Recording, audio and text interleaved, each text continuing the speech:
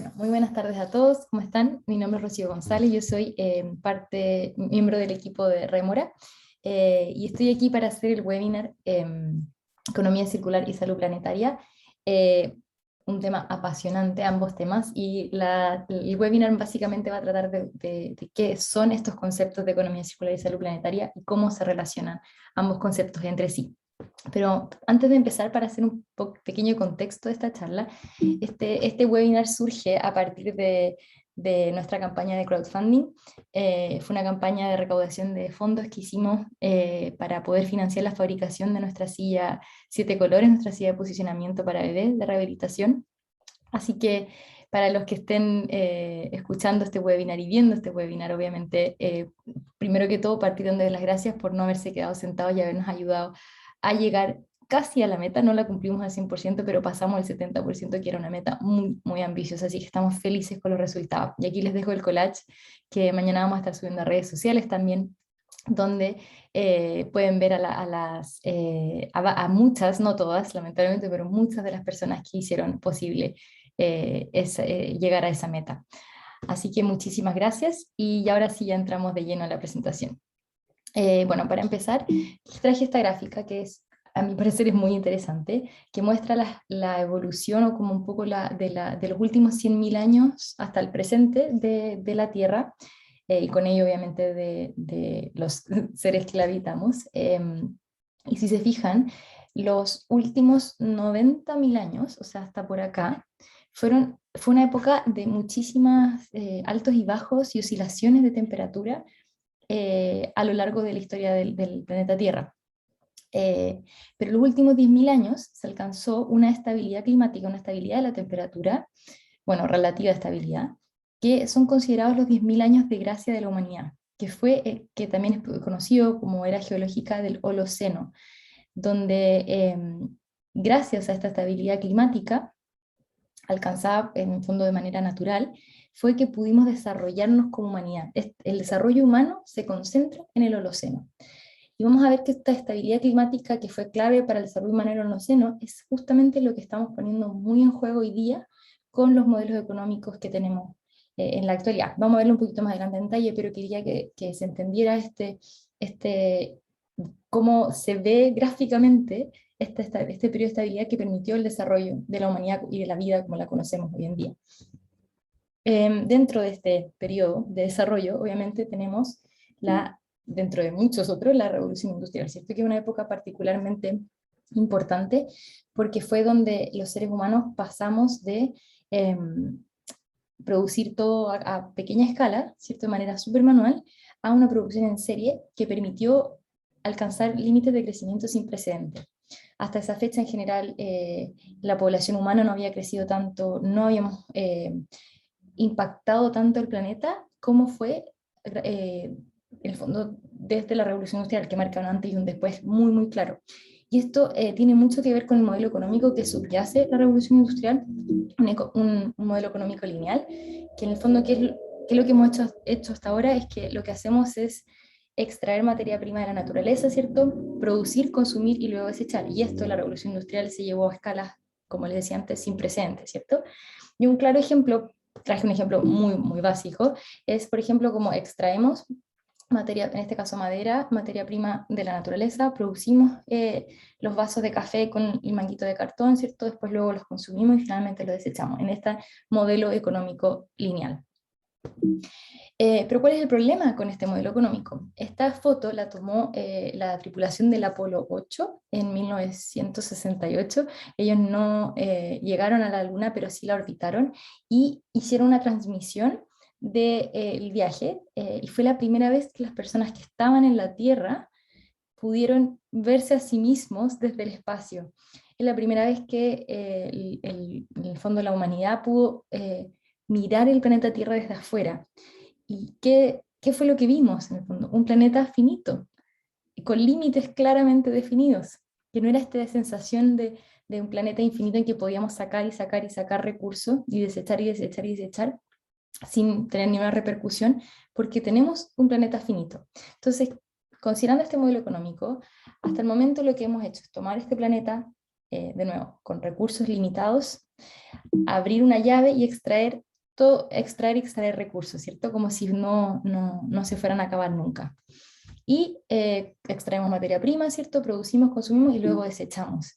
Eh, Acá está súper súper gráfico basura, pero en realidad los desechos representan todas las externalidades negativas que puede generar una industria, ya sea emisión de gases de efecto invernadero, puede ser, bueno, obviamente desechos también de todo tipo, contaminación a la atmósfera, ¿cierto? Daño a ecosistemas, degradación de suelos, pérdida de diversidad, cualquier externalidad negativa, a eso me refiero con desechar, ¿cierto? Entonces, eh,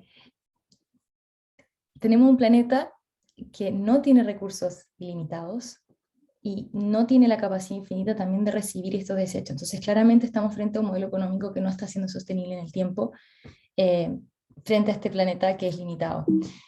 Hay un indicador que es súper clave en este análisis, se llama el Country Overshoot Day, que lo que hacen básicamente es evaluar en qué momento del año lo hace por países. Entonces, en qué momento del año un país se gastó todos los recursos que le correspondían del planeta en ese año. Entonces, por ejemplo, Chile, que está acá ubicado en el 17 de mayo de este año, del 2021, ya había agotado todos sus recursos anuales. Es decir, que a partir del 18 de mayo estaba ocupando recursos correspondientes al 2022. El problema es que esto ya lleva pasando muchos años, entonces no es que nos estamos gastando ahora del 2022, pero del 2021 ya lo gastamos hace mucho tiempo porque siempre hemos estado pasados. Y nosotros, la verdad es que estamos en mayo, pero hay países que en febrero, como Qatar, ya se lo gastaron. Y hay otros países como Indonesia que en diciembre, pero ninguno llega a los 365 años, o sea, días, perdón. ¿Y cuál es el problema? Entonces, que si la población mundial alcanzara los 9.700 millones de habitantes para el 2050, que son las proyecciones, vamos a necesitar casi 3 planetas Tierra para mantener el estilo de vida actual. O sea, claramente, la manera en que estamos viviendo, sostenidos por este modelo económico lineal, no es sostenible en el tiempo.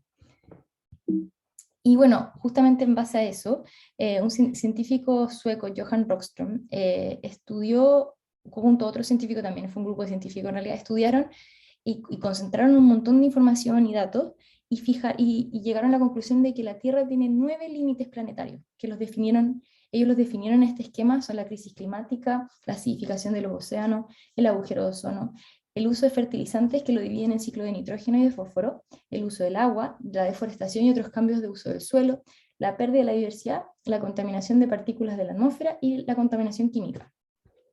Y en base a esto definieron en el fondo límites que no nos podemos pasar si queremos tener una vida sostenible en la Tierra.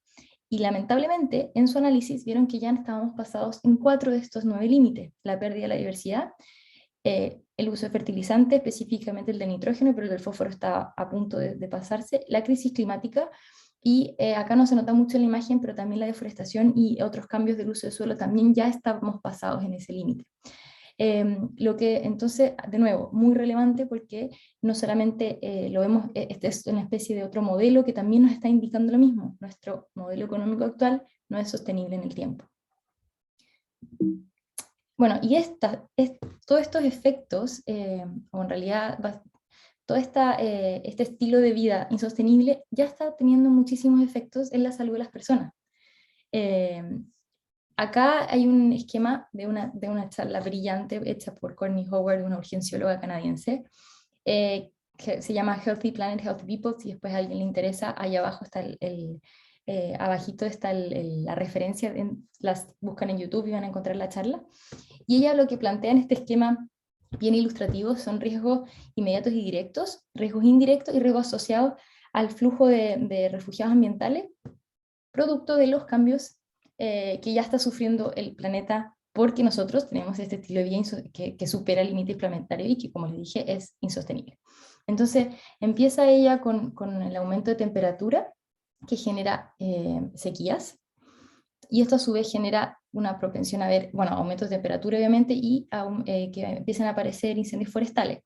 A su vez los incendios forestales liberan un montón de material particulado a la atmósfera, lo que genera y exacerba enfermedades respiratorias y personas sanas pueden presentarlas, y personas que ya las tienen se les exacerba muchísimo. Además, el aumento de temperatura hace que las épocas en que las plantas liberan polen es decir, la estación alérgica, se prolongue, porque es la época de cálidas que las plantas liberan las semillas y todos los alérgenos. Entonces, mientras estas temporadas de calor se prolonguen, también se prolonga la temporada de alergia. Y también ha sucedido que se están empezando a esparcir enfermedades que eran relativamente endémicas. Por ejemplo, en algunas zonas de Colombia y de África ha pasado que la gente vivía sobre cierta altura, porque a esa altura ya no habían mosquitos que podían propagar la malaria o el dengue. Pero con el calor, la temperatura ha subido y junto con ello los mosquitos y junto con ello las enfermedades. Entonces, personas que vivían en zonas libres de dengue y malaria ya no están libres. Después, bueno, obviamente el aumento de temperatura está súper asociado al aumento de los niveles de gases de efecto invernadero. No sé si todos saben, pero los gases de efecto invernadero principal hay varios. El más conocido es el CO2, ¿cierto? También está el metano, el óxido nitroso, hay varios. Pero el CO2 y todos los gases de efecto invernadero lo que hacen es que cuando la luz del sol toca la Tierra y va a rebotar hacia la atmósfera de vuelta, parte del calor es absorbido por la Tierra, y eso permite la vida, pero una buena parte también rebota de vuelta hacia la atmósfera. ¿Qué pasa? Que los gases de efecto invernadero atrapan este calor y hacen un efecto invernadero y que el calor se mantenga. Y eso es lo que está elevando la temperatura y generando el calentamiento global, que es como un poco la base del cambio climático. Entonces el aumento de CO2 además bueno, todo el cambio climático genera un montón de tormentas, eventos, desastres naturales extremos, aumento de precipitación, ¿cierto? Y eso genera inundaciones, el riesgo, hay daños, hay evacuaciones, hay muertes también, ¿cierto? Producto de este tipo de fenómenos.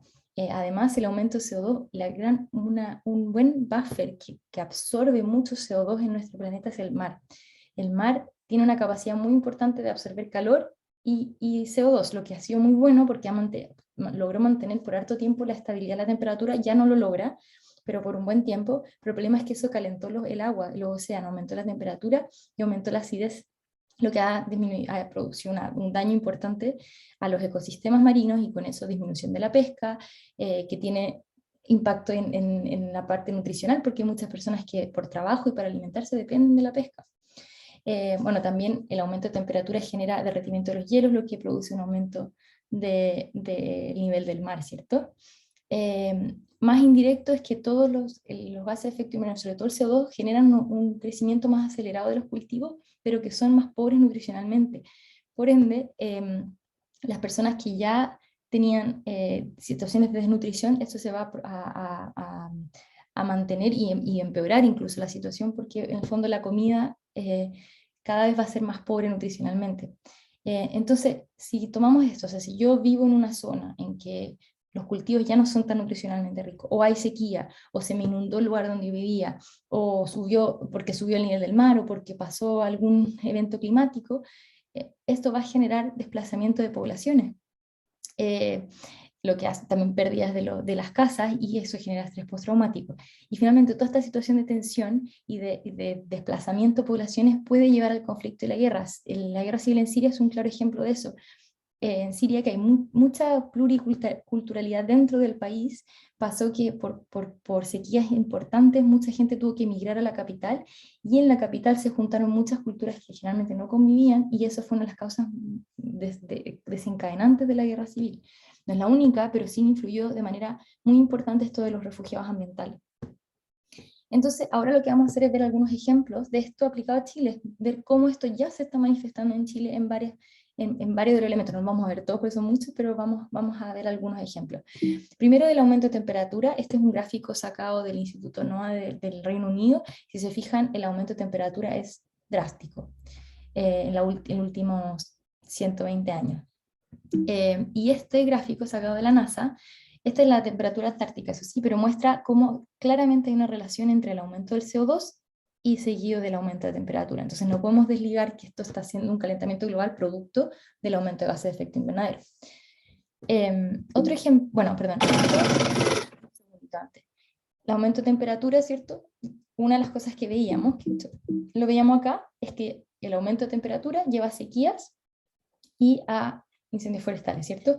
Y lamentablemente hace nada tuvimos un incendio forestal en Castro importantísimo, ¿cierto? Yo traje algunas imágenes acá.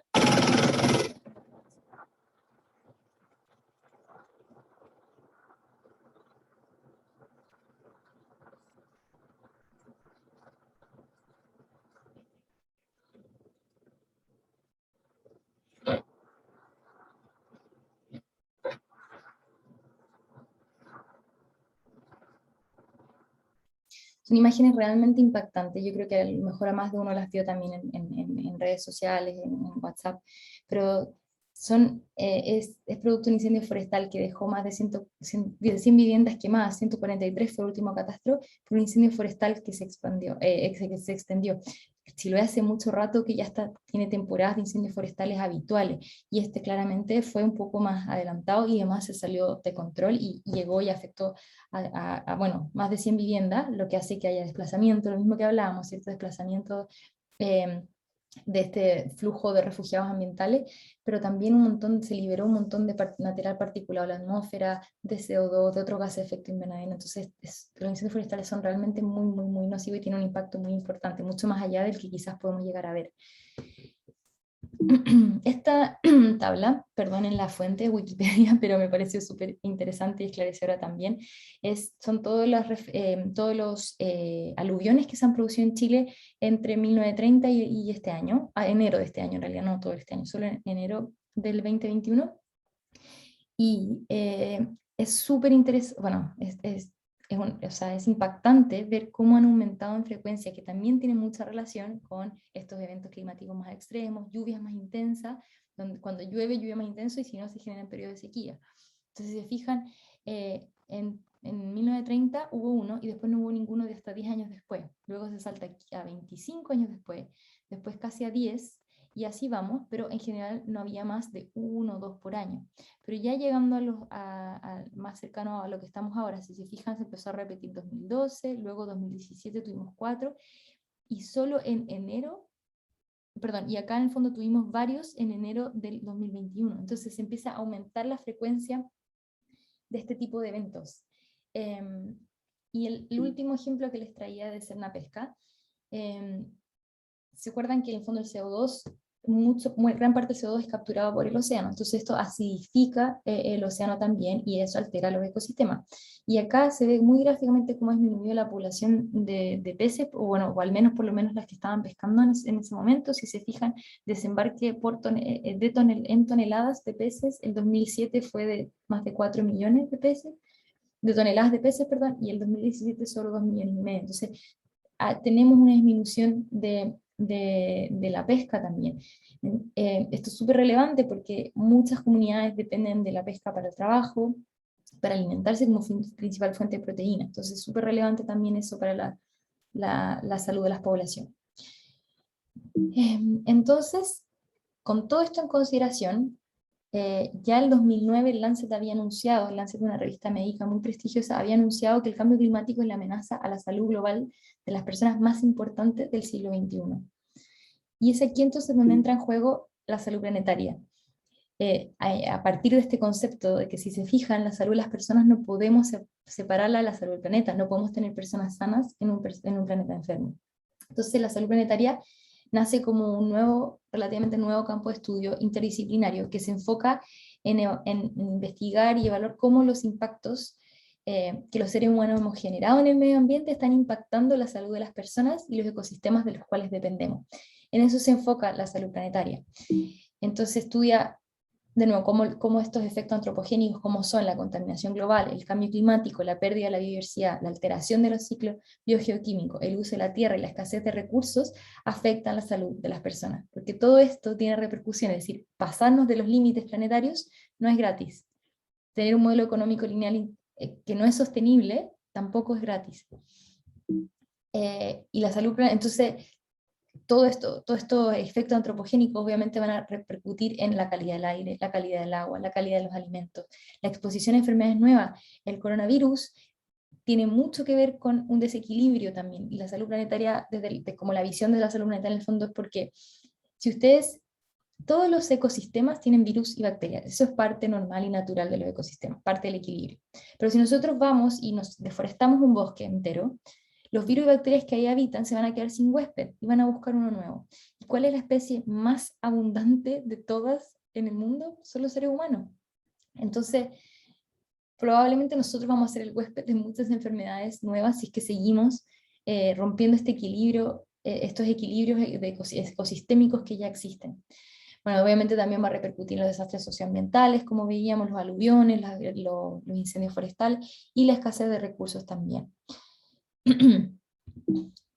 Entonces, la salud planetaria nos invita a cambiar el enfoque, a cambiar la mirada de lo que era antiguo, como antes la salud pública, la salud global, donde teníamos sistemas económicos, sociales y desarrollo antropocéntricos con el ser humano al centro, muchas veces un hombre en realidad, que tiene relaciones bidireccionales con cada uno de los sistemas, pero si se fijan, la relación es mucho más importante cómo el sistema afecta al ser humano, más que cómo el ser humano afecta a ese sistema, a una mirada donde los sistemas naturales y humanos están interconectados en sistemas mucho más complejos, donde cada uno se relaciona con el otro y el ser humano no es más que uno más de este sistema. Eh, la buena noticia es que la salud planetaria viene a plantearnos una situación de win-win. ¿Qué quiere decir esto? Que en el fondo todo lo que en general le hace bien al planeta me hace bien a mí también, o a mi salud como ser humano. Entonces, de hecho, según un estudio que se hizo el 2013, ya se había hecho el 2013, no es un estudio muy nuevo, restringir el uso de autos va a mejorar la calidad del aire. O sea, ya estamos hablando al tiro de un efecto cierto de evitar emisión de más gases de efecto invernadero, mejora la calidad del aire en términos también bueno, smog, material particulado, y esto va a tener un efecto positivo en disminuir las enfermedades respiratorias asociadas, pero además promueve la actividad física, es decir, combatimos el sedentarismo, la obesidad, y genera ahorros económicos, porque obviamente si yo me muevo en bicicleta en lugar del auto, no gasto en benzina, o si me muevo en transporte público, no gasto el pasaje, ¿cierto? Entonces, finalmente es una situación de win-win. Gana el planeta porque lo contaminamos menos, ocupamos menos sus recursos, y también gana mi salud porque hay menos enfermedades respiratorias, un aire de mejor calidad para respirar, promuevo la actividad física y más encima cuido el bolsillo. Así que una situación completamente de win-win. Y algo súper relevante a tener en consideración es que lamentablemente las personas que más se ven afectadas por los efectos del cambio climático son las personas más vulnerables, porque es muy diferente que venga un desastre natural producto del cambio climático a este tipo de poblaciones, con este tipo de construcción y de material de construcción liviano, a que vayan a una casa sólida, ¿cierto? Entonces, es muy diferente si acá hay un incendio que en casas de concreto o que acá venga un aluvión, ¿cierto? Entonces eso también es algo súper relevante y generalmente las personas vulnerables son las que menos aportan. Voy a volver un poco para atrás para mostrarles algo que también es bastante interesante y tiene mucho que ver con esto. Si se fijan en este indicador también tiende a pasar que los países más desarrollados, que son los que más aportan a la contaminación y al cambio climático, en el fondo a traspasar límites planetarios, tienden a ser los que primero agotan sus recursos y los que países más en vías de desarrollo y que generalmente se ven más afectados por el cambio climático, pero que menos contribuyen, son los que demoran más en ocupar los recursos. Así que es de suma importancia hacernos cargo de esto. Bueno, y aquí entra entonces una economista, se llama Kate Raworth, ella también tiene una charla TED brillante de 15 minutos, que tiene ese nombre exactamente, una economía saludable debe ser diseñada para prosperar y no para crecer. Entonces, si nosotros sabemos que estamos cruzando estos límites planetarios, que estamos teniendo un desarrollo económico insostenible en el tiempo, tenemos que cambiar nuestra forma de hacer economía. Tenemos que tener una economía saludable, como dice Kate Raworth, tiene que estar diseñada para prosperar y no para crecer. Y ahí es donde ella plantea su teoría del modelo de la donut, que es esta. Ella tomó los límites planetarios de Johann Rockström, que están aquí, ¿cierto? Es lo mismo. Si se fijan también, el cambio climático, la pérdida de la biodiversidad, la conversión del uso de tierra y los ciclos de fósforo y nitrógeno están todos sobrepasados, ¿cierto? Pero a este cielo ecológico ella le agregó una base social de la que no podemos quedarnos cortos, es decir, no nos podemos pasar de los límites planetarios, pero tampoco nos podemos quedar cortos. Y le llama la teoría económica de la donut porque entonces la economía saludable debiese estar ubicada, el sistema económico saludable, perdón, debiese estar ubicado en esta área verde, que es el contenido de la donut, por decirlo así. Y también en el fondo, al plantear su teoría, ella se dio cuenta, así como Johann Rockström vio que habían 4 límites planetarios sobrepasados, ella se dio cuenta que estábamos cortos en toda la base social mínima que tiene que ver con acceso a agua, alimentación, salud, educación, trabajo, paz y justicia, una voz política, equidad social, igualdad de género, el tener una casa, redes y energía. Y en el fondo en todas esas nos quedamos cortos. Entonces, claramente, además de ser insostenible en el tiempo porque pasamos todos los límites planetarios, no es una economía que fomente la igualdad, la equidad, sino que todo lo contrario, genera desigualdades. Entonces, lo que ella plantea es que necesitamos economías que sean regenerativas y restaurativas por diseño. Que en el fondo ya no saquemos esta idea de tomar o extraer, producir, consumir y desechar, y vayamos cambiándonos a ciclos técnicos o biológicos donde podamos restaurar y regenerar los mismos materiales que ya sacamos y ya estamos ocupando. Y es aquí donde entra la economía circular, que vamos a pasar al segundo concepto. Entonces, por ende, tenemos que cambiar nuestra forma de hacer economía, tenemos que pasar de este modelo lineal, como decía, a un modelo circular, donde limitemos la extracción de materia prima a la mínima cantidad, y la que ya tenemos en el sistema la usemos para producir, consumir y desechar, y luego la incorporemos de vuelta al sistema en estos ciclos, para no tener que extraer más materia prima y no tener externalidades y no generar desechos. ¿Cómo se define la economía circular? Entonces se caracteriza por ser una actividad productiva reparadora y restaurativa en su esencia, donde los productos, componentes y materias mantienen su utilidad y valor por el máximo tiempo posible, y se distingue entre ciclos técnicos y biológicos. Los ciclos técnicos son todas las estrategias que yo puedo ocupar para tratar de rescatar materiales de origen inorgánico, y los ciclos biológicos son para rescatar todos los materiales que yo pueda, o las materias primas que provenientes de productos orgánicos. Voy a dejarles un video, son cerca de 2-3 minutitos, que explica a grandes rasgos lo que es la economía circular. No se preocupen, la vamos a ver más en detalle, pero es como modo para ir metiéndonos en el tema. Este video es de la Fundación Ellen MacArthur, que son referentes que son referentes en economía circular. Así que les dejo este video, que ayuda bastante a entender los conceptos más importantes de la economía circular. Living systems have been around for a few billion years and will be around for many more. In the living world, there's no landfill. Instead, materials flow. One species' waste is another's food. Energy is provided by the sun. Things grow, then die, and nutrients return to the soil safely. And it works. Yet as humans, we've adopted a linear approach. We take, we make, and we dispose. A new phone comes out, so we ditch the old one. Our washing machine packs up, so we buy another.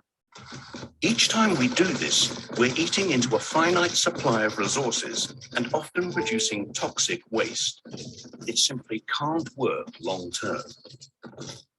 So what can? If we accept that the living world's cyclical model works, can we change our way of thinking so that we too operate a circular economy? Let's start with the biological cycle. How can our waste build capital rather than reduce it? By rethinking and redesigning products and components and the packaging they come in, we can create safe and compostable materials that help grow more stuff. As they say in the movies, no resources have been lost in the making of this material. So what about the washing machines, mobile phones, fridges? We know they don't biodegrade. Here, we're talking about another sort of rethink, a way to cycle valuable metals, polymers, and alloys, so they maintain their quality and continue to be useful beyond the shelf life of individual products.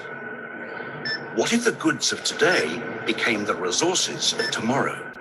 It makes commercial sense. Instead of the throwaway and replace culture we've become used to, we'd adopt a return and renew one, where products and components are designed to be disassembled and regenerated. One solution may be to rethink the way we view ownership. What if we never actually owned our technologies? We simply licensed them from the manufacturers. Now, let's put these two cycles together. Imagine if we could design products to come back to their makers, their technical materials being reused and their biological parts increasing agricultural value. And imagine that these products are made and transported using renewable energy. Here we have a model that builds prosperity long term. And the good news is there are already companies out there who are beginning to adopt this way of working. But the circular economy isn't about one manufacturer changing one product. It's about all the interconnecting companies that form our infrastructure and economy coming together. It's about energy. It's about rethinking the operating system itself. We have a fantastic opportunity to open new perspectives and new horizons. Instead of remaining trapped in the frustrations of the present, with creativity and innovation, we really can rethink and redesign our future.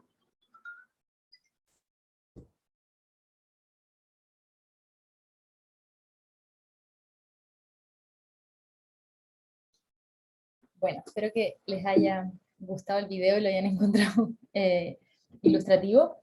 Bueno, ahora vamos a entrar de lleno entonces a cómo hacemos economía circular. Ya entendimos más o menos algunos conceptos, ¿cierto? Pero cómo lo llevamos a la práctica, así que vamos a basar esta explicación en un modelo que también es de Ellen MacArthur, que vamos a ver en un momento, pero quería empezar contándoles que realmente una economía lineal, ¿cierto? Consumimos, producimos, consumimos, desechamos. La economía del reciclaje permite rescatar un poco, ¿cierto? Pero finalmente es la economía circular la que evita que lleguemos ni siquiera a generar externalidades ni desechos. Entonces nos vamos a basar para poder explicar lo que es la economía circular en el modelo de la mariposa, del diagrama de la mariposa de la Fundación Ellen MacArthur. Se llama así porque, si tienen imaginación, acá al centro tenemos el cuerpo de la mariposa, ¿cierto? Y estas serían sus alas, los ciclos técnicos, lo que yo les decía de residuos inorgánicos, a un lado celeste, y en verde estaría el ala verde, que es los ciclos orgánicos, biológicos, que tiene que ver con residuos de origen orgánico. Entonces, vamos a desglosar la mariposa en detalle para que lo podamos ir entendiendo. Yo sé que se ve como harto, pero vamos a ir de a poco.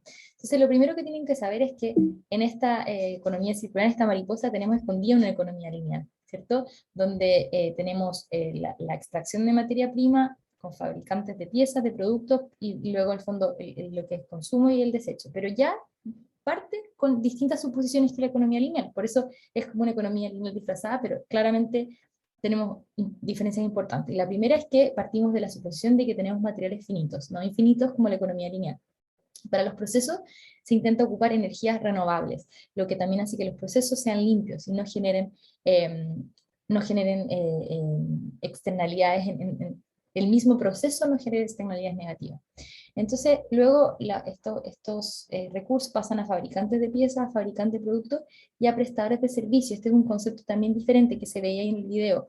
Tratar de la servitización de los modelos de negocio de las empresas. Es decir, no vender un producto, sino que tratar de vender servicios. Yo no vendo lavadoras, yo arriendo lavadoras. Entonces yo, productor, me hago cargo de la mantención, de la reparación y de actualizársela al usuario, pero el usuario ya no es dueño de esa lavadora.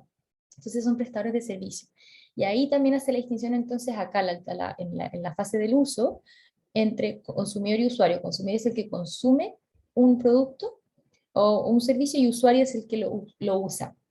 Entonces todo lo técnico inorgánico obviamente se usa y todo lo orgánico se consume, ¿cierto? Y bueno, siempre entonces tratando de minimizar las fugas de sistemas y externalidades negativas. La economía lineal simplemente desecha, acá estamos intentando minimizarlas al máximo posible. Entonces, como les decía, tenemos una economía lineal, pero donde el foco está puesto en reducir la materia prima requerida y los desechos generados.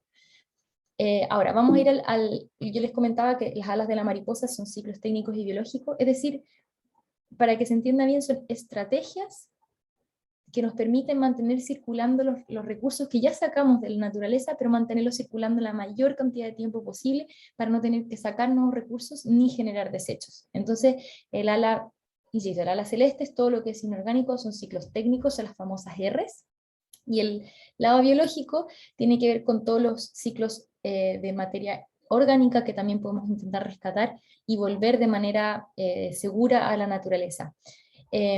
Muy importante saber que mientras más chico sea el círculo, o sea, más cerrado sea el loop, mejor, porque más se mantiene, se conserva, es más energética, es más eficiente energéticamente la estrategia. Es decir, compartir es mucho más eficiente que reciclar.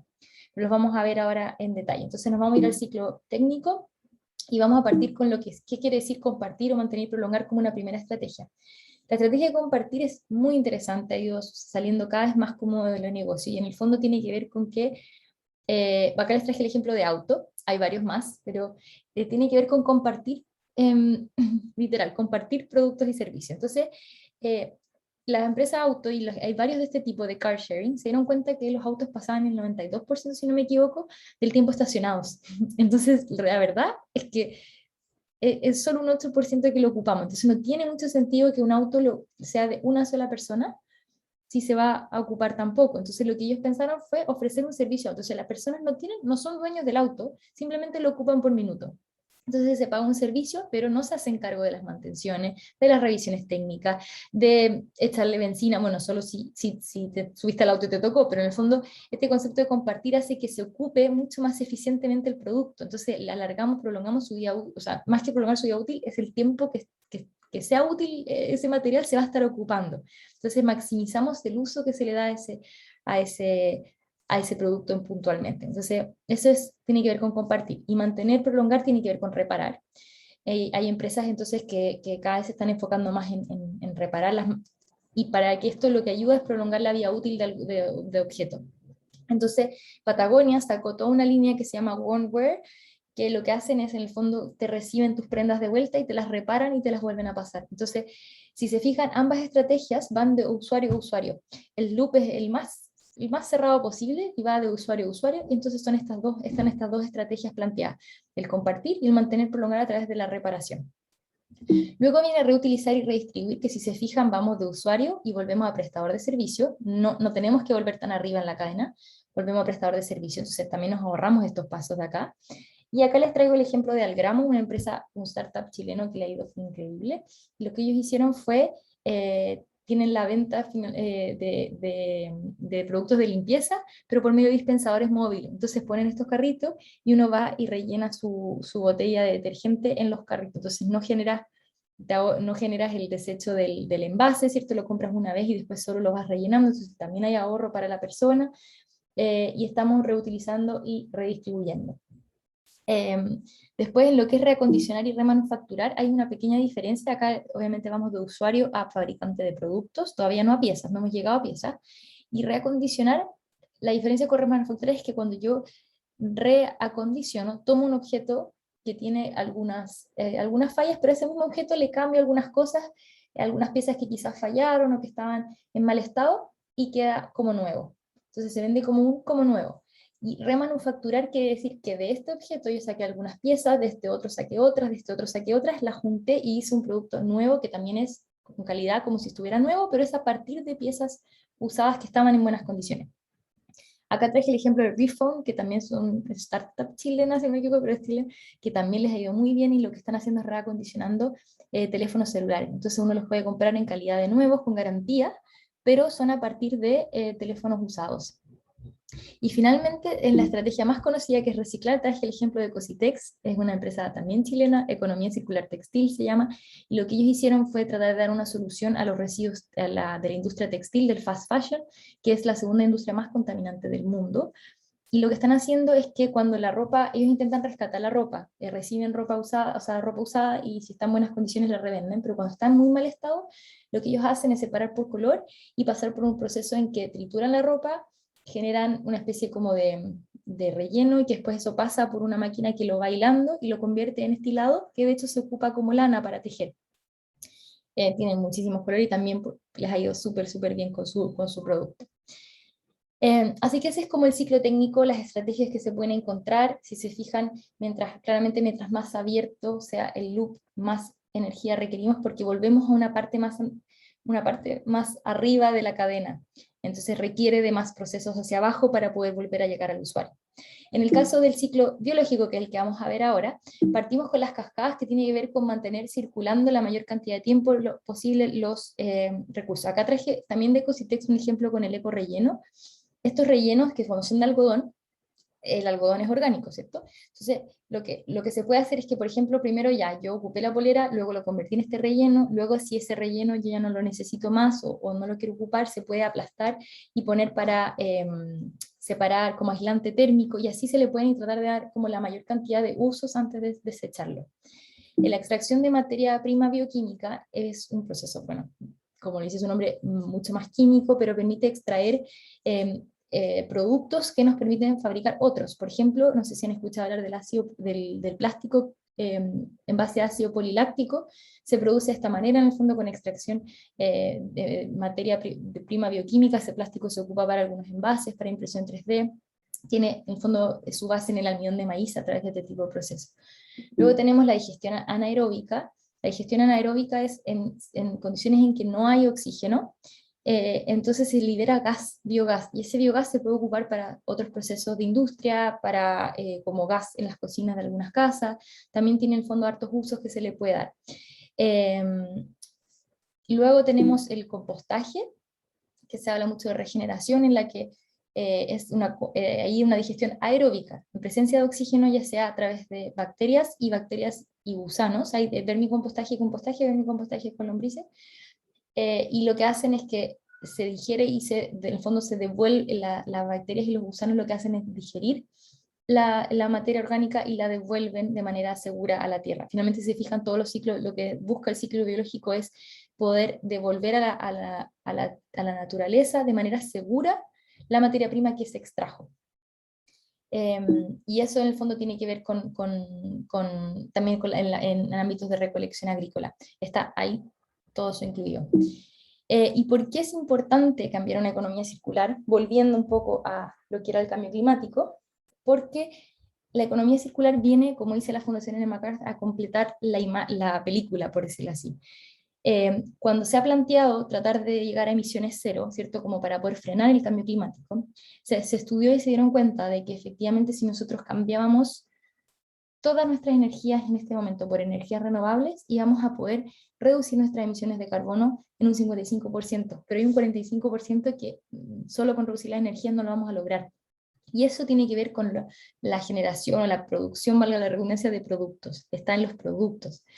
Entonces, como por ejemplo, y en este paper, bueno, ahí hablaban específicamente de la alimentación, de comida, en el fondo de acero, de cemento, de plástico y aluminio, pero en el fondo la fabricación de productos genera y es responsable de un 45% de las emisiones, y la única manera de frenar esas emisiones es cambiando un modelo económico lineal a uno circular. Entonces la economía circular es un eje central en un proceso de frenar el cambio climático, la crisis climática, de reducir emisiones. Solo ya para ir cerrando y para concluir entonces, los dejo con estas dos frases. La salud planetaria nos permite poner un rostro humano y cuantificar la magnitud de los efectos generados a partir de un desarrollo que es insostenible, y la economía circular se nos presenta entonces como una solución hacia un desarrollo sostenible para todas las personas y el planeta, y también para las futuras generaciones, que es una parte muy importante de lo que es la definición de sostenibilidad. Así que eso sería. Muchísimas gracias, espero que hayan disfrutado este webinar, que no se haya hecho muy largo, muy latero. Los dejo con esta cita de Gunther Pauli: no le pidamos más a la Tierra, sino que hagamos más con lo que la Tierra nos proporciona. Están ahí nuestras redes sociales, nuestra página web por si quieren más información. No duden en contactarnos, tenemos formulario de contacto a través de la página web, y también en el Instagram nos pueden escribir si tienen dudas, o escríbanlas aquí en el canal de YouTube. Eso también no hay ningún problema, nosotros las respondemos. Voy a parar la grabación.